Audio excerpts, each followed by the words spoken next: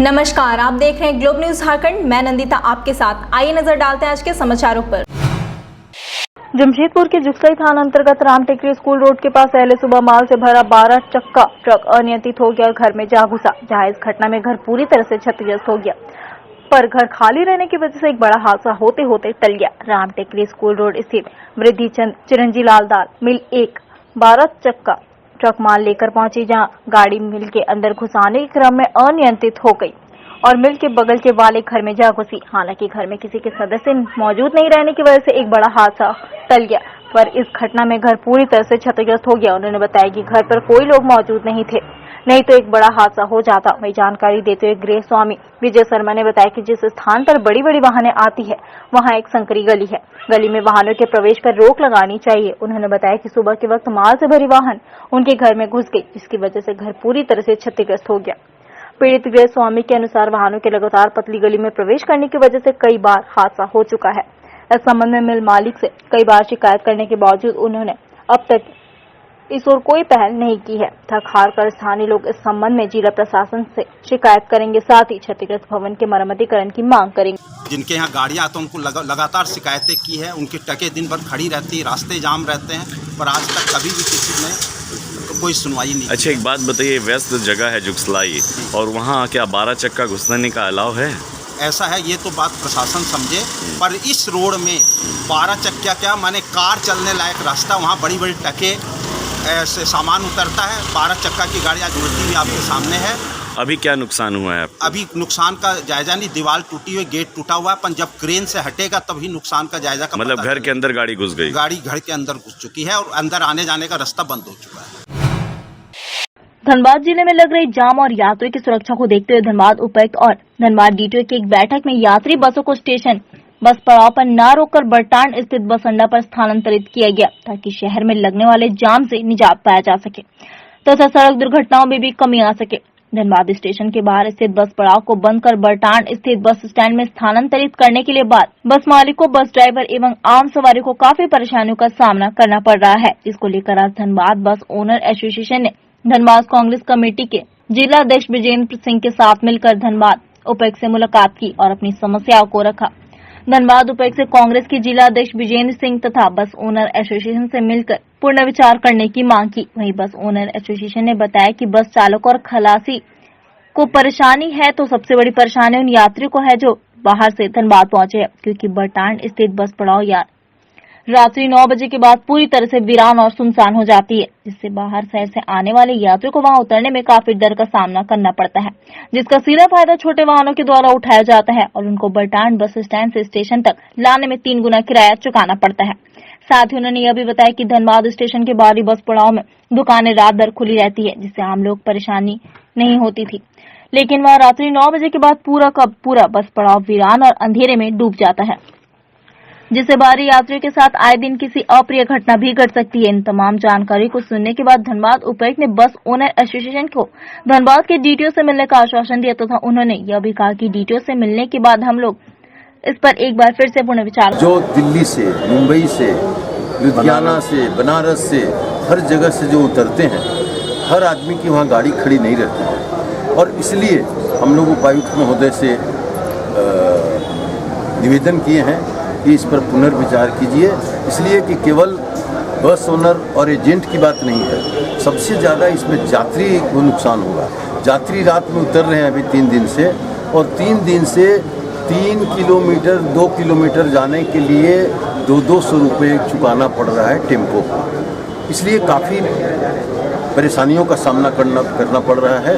और समस्या ये आ रही है कि जैसे रात में बसेस तो स्टेशन से नहीं खुल रही है, सब बस स्टैंड से खुल रही है, तो बस स्टैंड में रात में यात्री पहुंचने में प्रॉब्लम हो रहा है। रात में 9 बजे के बाद बस स्टैंड पूरा सन्नाटा हो जाता है, वहाँ ना दुकान खुलता है ना कुछ। अगर यात्री रात में पहुंच भी जाते हैं तो वहाँ पूरा सन्नाटा रहता है, वहाँ डर है कुछ भी हो सकता है यात्रियों के साथ जो कि बाहर से आ रहे हैं। और स्टेशन में सभी जितने भी कूली हैं, जितने भी दुकानदार हैं, सब कुछ एकदम बस ही नहीं चल रहा है, तो कुछ हो नहीं रहा है सबका। जब बस वहाँ से हट गई है तो भारतीय जनता पार्टी के बैनर तले शहर के रणधीर वर्मा चौक पर झारखंड सरकार व विधानसभा अध्यक्ष के मुस्लिम तुष्टीकरण की नीति के खिलाफ सोमवार को 1 दिवसीय धरना का आयोजन किया गया, जिसमें मौजूद सैकड़ों लोगों ने एक स्वर में झारखंड सरकार के मुस्लिम तुष्टीकरण और विधानसभा अध्यक्ष के सदन में मनमानी रवैये की नीति के खिलाफ जमकर नारेबाजी की।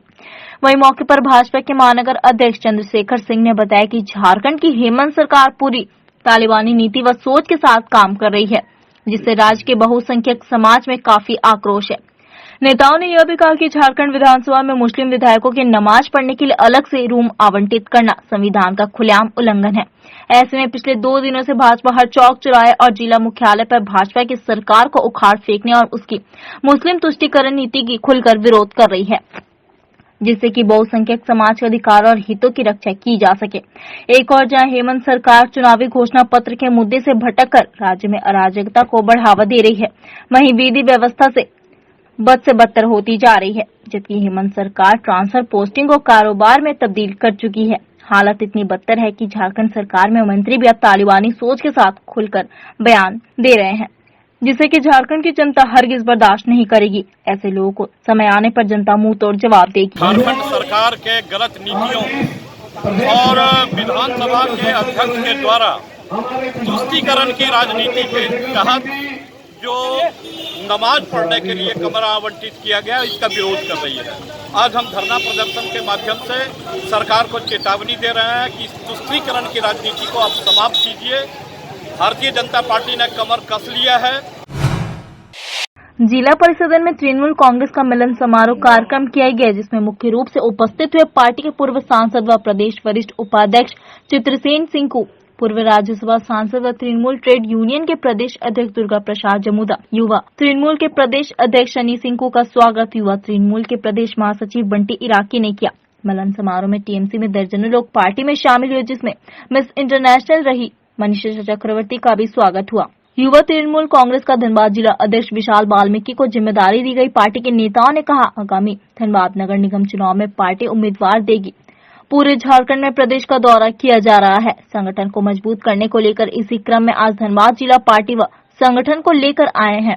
आने वाले दिनों में कई पूर्व विधायक व पूर्व मंत्री टीएमसी में शामिल होंगे। टीएमसी को मैं आज से नहीं, बहुत सालों से ही फॉलो कर रही हूँ और ममता दी जो हमारी है उनको मैं बहुत ज़्यादा फॉलो करती हूँ, उनके फूड स्टेप्स फॉलो करते आई हूँ।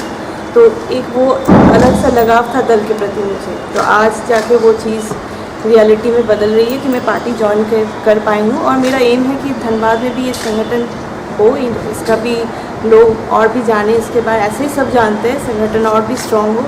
और इसके लिए धनबाद में जो करना पड़ेगा दल को यहाँ पे खड़ा करने के लिए, काम करने के लिए मैं हमेशा तैयार हूँ। पार्टी का परंपरा है, केंद्रीय नेतृत्व ही उनको पार्टी की सदस्यता ग्रहण करा सकेंगे, इसलिए हम लोग आज पार्टी की सदस्यता ग्रहण नहीं कर रहे, लेकिन स्वागत कर रहे हैं पार्टी में। घर में हम लोग आंगन से हम लोगों ने घर में घुसाया है आज, और 17 तारीख के बाद कोई भी दिन हम लोग तय करेंगे। केंद्रीय नेतृत्व कलकत्ता से आएंगे और बाकायदे विधिवत इनकी सदस्यता हम लोग देंगे। शिक्षक दिवस के उपलक्ष्य पर बंगाली कल्याण समिति की महिला शाखा द्वारा समाज कल्याणकारी योजना प्रगति के पथ पर आगे बढ़ो का शुरुआत किया गया। इस कार्यक्रम का उद्घाटन प्रोफेसर देवजानी विश्वास 3 विद्यार्थी कल्याण विनोद विहारी महतो विश्वविद्यालय द्वारा किया गया। यह कार्यक्रम समिति के चेयरमैन सिन्फर के पूर्व निदेशक डॉक्टर अमलेंदु सिन्हा के आवास में आयोजित किया गया था, जिसमें समिति के चेयरमैन डॉक्टर अमलेंदु सिन्हा, समिति के महिला शाखा की प्रधान श्रीमती शर्मिला सिन्हा, महिला शाखा की सचिव श्रीमती रूमा घोष, समिति के उप सभापति श्री चंदन मोहित्रा, समिति के सचिव श्री तन्मोय गौन तथा समिति के संयुक्त सचिव श्री सुजीत रंजन के अलावा भारी संख्या में समिति के महिला एवं पुरुष सदस्य उपस्थित थे। इस कार्यक्रम के अंतर्गत समाज के आर्थिक रूप से पिछड़े हुए वर्ग के बच्चों को विभिन्न तरीके से हाथों के कामों का प्रशिक्षण दी जाएगी, जिसमें लिफाफा, डोरमेट, बैग, टेलरिंग, रंगोली एवं मेहंदी आदि शामिल है। प्रशिक्षण समिति के महिला शाखा के सदस्य श्रीमती रेशमी चौधरी, श्रीमती संगीता गांगुली, श्रीमती बुबुन मित्रा, श्रीमती संजीता बख्शी, श्रीमती मोनिसा दास द्वारा दिया जाएगा। समिति द्वारा सभी सफल प्रशिक्षणार्थियों को प्रमाण पत्र दिया जाएगा एवं समिति इस बात का भी ध्यान रखेगी कि आगे चलकर ये बच्चे इस प्रशिक्षित हुनर के माध्यम से अर्थोपार्जन कर सके। इस कार्यक्रम को संबोधित करते हुए श्रीमती देवजानी विश्वास ने कहा कि आज जब देश एवं पूरे विश्व एक अभूतपूर्व बेरोजगारी के दौर से गुजर रहा है। इस तरह के कार्यक्रम की बेहद आवश्यकता है। उन्होंने बंगाली कल्याण समिति की महिला शाखा की पूरी प्रशंसा की एवं ऐसे कल्याणकारी योजना के समिति को धन्यवाद दिया। श्रीमती विश्वास अपनी सेवानिवृत्ति के पश्चात इस तरह के कामों से जुड़ने की इच्छा प्रकाश की। इस पूरे कार्यक्रम को सफल बनाने में समिति के सभी महिला एवं पुरुष सदस्य विशेष रूप से सक्रिय। 31 जुलाई को बंगाली कल्याण समिति का एक सभा हुई थी, वार्षिक सभा, जिसमें ये निर्णय लिया गया था कि महिला शाखा को थोड़ा सक्रिय रूप से आगे आना है। तो आज हम लोग को जो कार्यक्रम है, ये जो कार्यशाला है, ये उसी का फलस्वरूप है। और इसमें हम लोग आज से शुरू करके 14 तारीख तक इस कार्यशाला में बच्चों को कुछ ना कुछ हाथ में सिखाएंगे। इसमें कटिंग है, एम्ब्रॉयडरी है, रंगोली है, क्राफ्ट वर्क है, जैसे एनवेलप बनाना, पेपर बैग बनाना, ये सब कुछ हम बच्चों लोग को सिखाएंगे।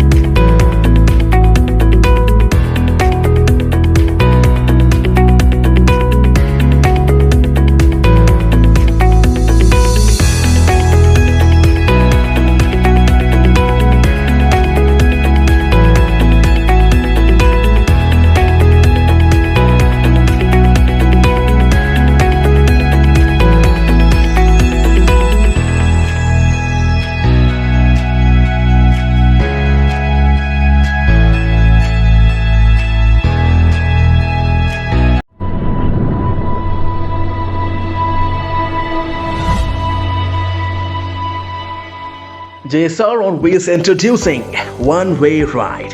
Reliable, comfortable, safe, secure, reasonable. Quality service at your doorstep.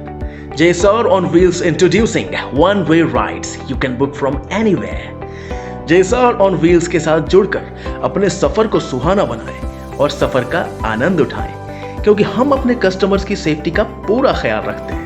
आज ही अपनी राइड्स बुक करें JSR on Wheels के एप्लीकेशन के माध्यम से और अपने सफर को आसान बनाएं। Cities available for rides are Jamshedpur, Dhanbad, Bokaro, Ranchi, Kolkata, Patna. Just book your ride and we'll provide quality service at your doorstep. जिंदगी एक सफर है सुहाना, JSR on Wheels पे ही जाना। LIC में IPO के खिलाफ बीमा कर्मचारी संघ जोरदार आंदोलन करेगी। देश के सार्वजनिक क्षेत्र के सबसे बड़े वित्तीय संस्थान भारतीय जीवन बीमा निगम ने 1 सितंबर 2021 को अपनी स्थापना के 65 वर्ष पूरा कर 66वें वर्ष में प्रवेश किया। LIC की स्थापना वर्ष 1956 में संसद के एक विशेष अधिनियम द्वारा की गई थी। लोगों के कल्याण के लिए लोगों का पैसा और इस देश में सभी के लिए जीवन बीमा सुरक्षा प्रदान करना की दृष्टि के साथ, जिसे LIC इन सभी 65 वर्षों में अच्छी तरह क्रियान्वित किया है। 1 सितंबर 1956 को मात्र 5 करोड़ की पूंजी के साथ स्थापित LIC ने अपने 65 साल की सफल यात्रा में आज 38,56,686 करोड़ रुपए की परिसंपत्ति का निर्माण किया है। ब्रांड फाइनेंस इंश्योरेंस 100 द्वारा जारी सर्वेक्षण रिपोर्ट के अनुसार LIC विश्व का तीसरा सबसे मजबूत ब्रांड तथा 10वां सबसे मूल्यवान ब्रांड बन चुका है। परंतु भारत सरकार इतने शानदार संस्थान का IPO के माध्यम से विनिवेशीकरण करना चाहती है, जो देश हित में नहीं है। बीमा कर्मचारी संघ LIC के IPO का पुरजोर विरोध करता है। अपनी बातों को जन जन तक पहुंचाने के आज दिन के 1:30 बजे बीमा कर्मचारी संघ हजारीबाग मंडल के धनबाद इकाई द्वारा प्रेस वार्ता का आयोजन किया गया। LIC अभी तक भारत सरकार को 28,000 करोड़ रुपए डिविडेंड के रूप में दे चुकी है, लेकिन भारत सरकार देश बेचने पर आमादा है। वो अपने निजी कॉरपोरेट दोस्तों को फायदा पहुंचाने के लिए LIC का शेयर बेचना चाहती है और LIC का IPO लाके इसका विनिवेशीकरण करना चाहती है। इसका हम लोग पुरजोर विरोध करते हैं, क्योंकि IPO लाना किस LIC का इसको निजीकरण की तरफ ले जाने के लिए पहला कदम होगा।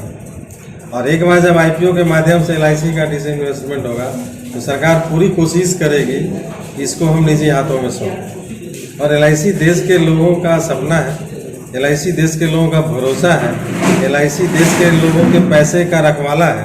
इसका शेयर अगर निजी हाथों में जाएगा तो ये इस देश हित में नहीं होगा, देश की आम जनता के खिलाफ होगा। जमशेदपुर के साक्षी गोलचक्कर में भारतीय जनता पार्टी ने धरना प्रदर्शन किया, जिसमें पूर्व विधायिका मेनका सरदार, भारतीय जनता पार्टी के जिला अध्यक्ष कुंजन यादव के नेतृत्व में सैकड़ों लोग शामिल हुए। उन्होंने मुख्यमंत्री हेमंत सोरेन पर निशाना साधते हुए कहा कि सरकार चादर और फादर की सरकार बनकर रह गई है।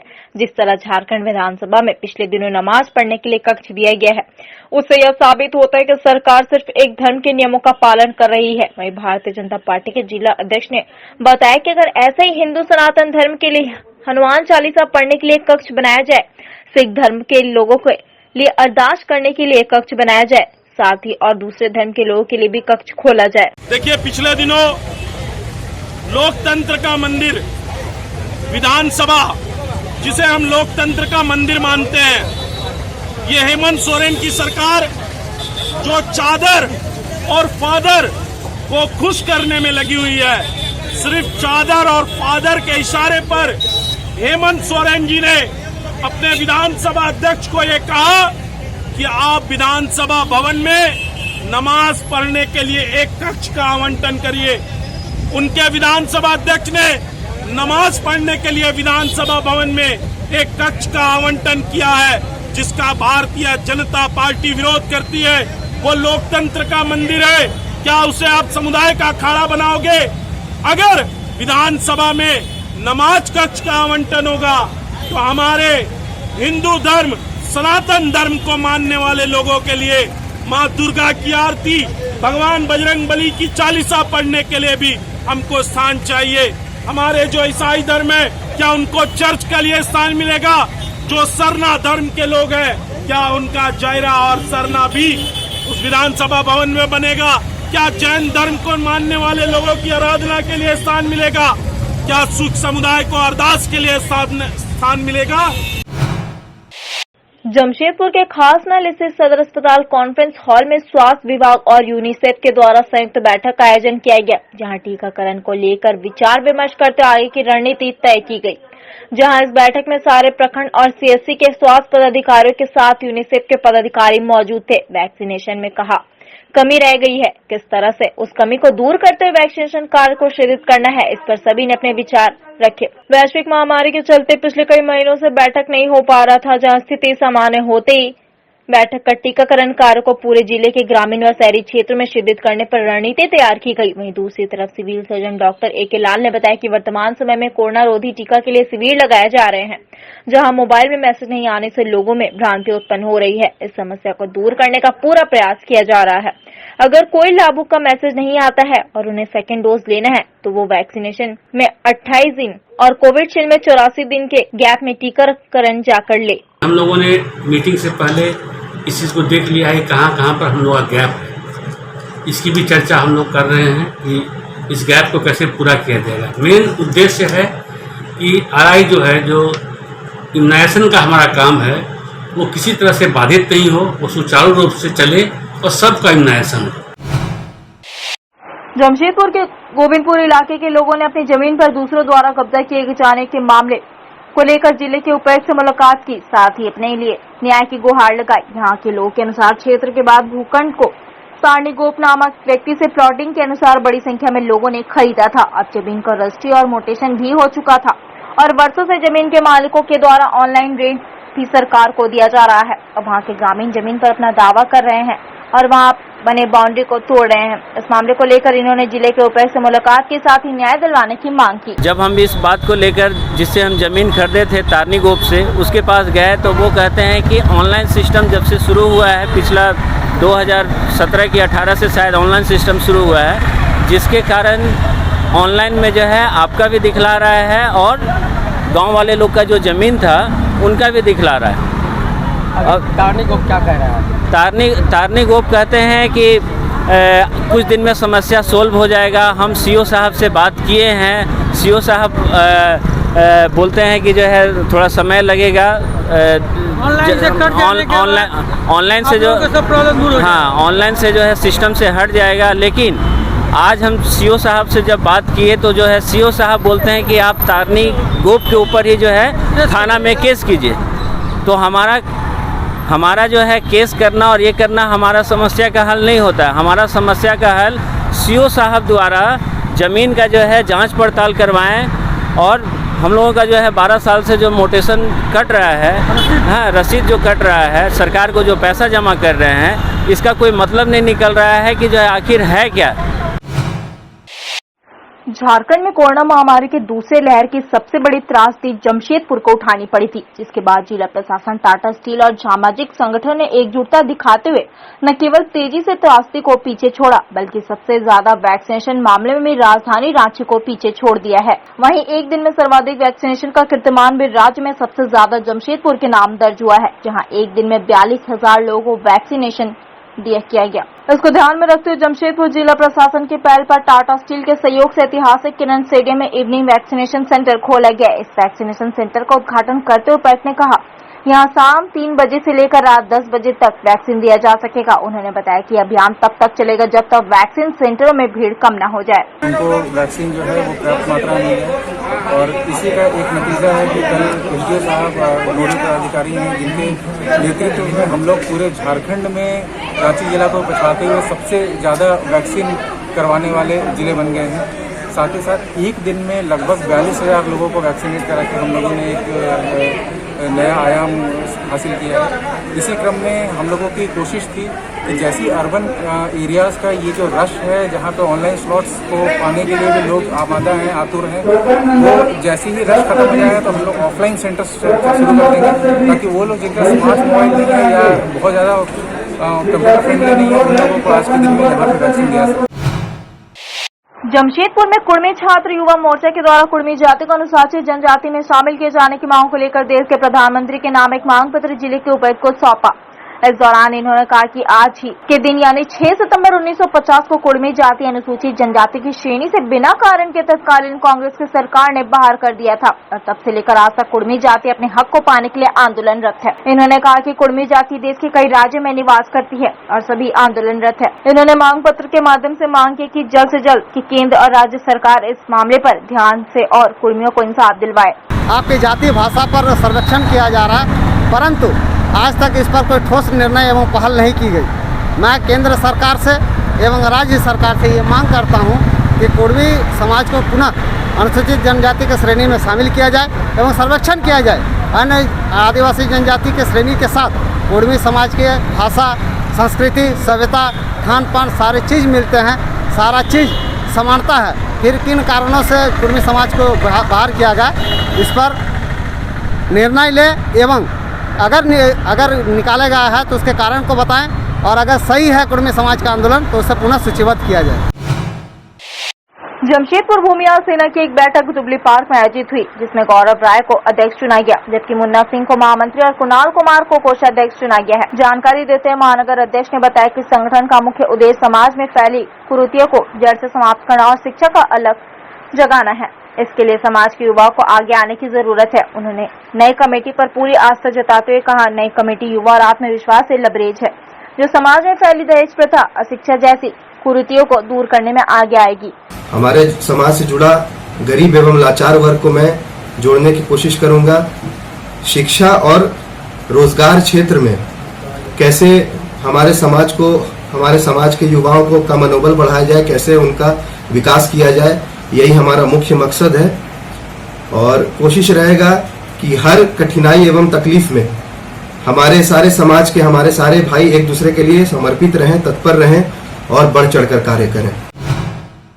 जमशेदपुर के सांची गोल चक्कर तृतीय लिंग समुदाय द्वारा LGBTQ प्राइड परेड का आयोजन किया गया, जिसमें सैकड़ों की संख्या में इस समुदाय के लोग इकट्ठा हुए हैं। आपको बता दें कि सितंबर 2018 में धारा 370 हटाकर किन्नर समुदाय के लोगों को बराबर का दर्जा दिया गया, जिसके बाद से उन लोगों में काफी उत्साह का माहौल है। इस संदर्भ में आज उनके द्वारा संस्था उत्थान CPU के नेतृत्व में सामुदायिक प्राइड परेड का आयोजन किया गया। उधर एक बार आज के दिन कार्यक्रम का आयोजन किया जाता है। उस चीज को गवर्नमेंट ने हटाया था। गवर्नमेंट जो समलैंगिकता है उसको लेके ये कानून को दिया कि आज के दिन से कोई भी जो समलैंगिक है वो जो रिलेशनशिप बनाता है उस पर आप ऑब्जेक्शन नहीं उठा सकते इस चीज़ के लिए। और इसी खुशी में उसके हम लोग सालगिरह मना रहे हैं, इसलिए आज हम लोग सारे यहाँ पे इकट्ठे हुए आप देखने। सुप्रीम कोर्ट का कितना वर्ड पूरा हुआ है? ये आपका ऑलमोस्ट सुप्रीम कोर्ट का जजमेंट जो है 6 सितंबर 2018 को आया था, तो तीसरा प्राइड मना रहे हैं। CTA Aviation and Hospitality Management. Admission open for Diploma in Aviation and Hospitality. Our contact number 7903302477.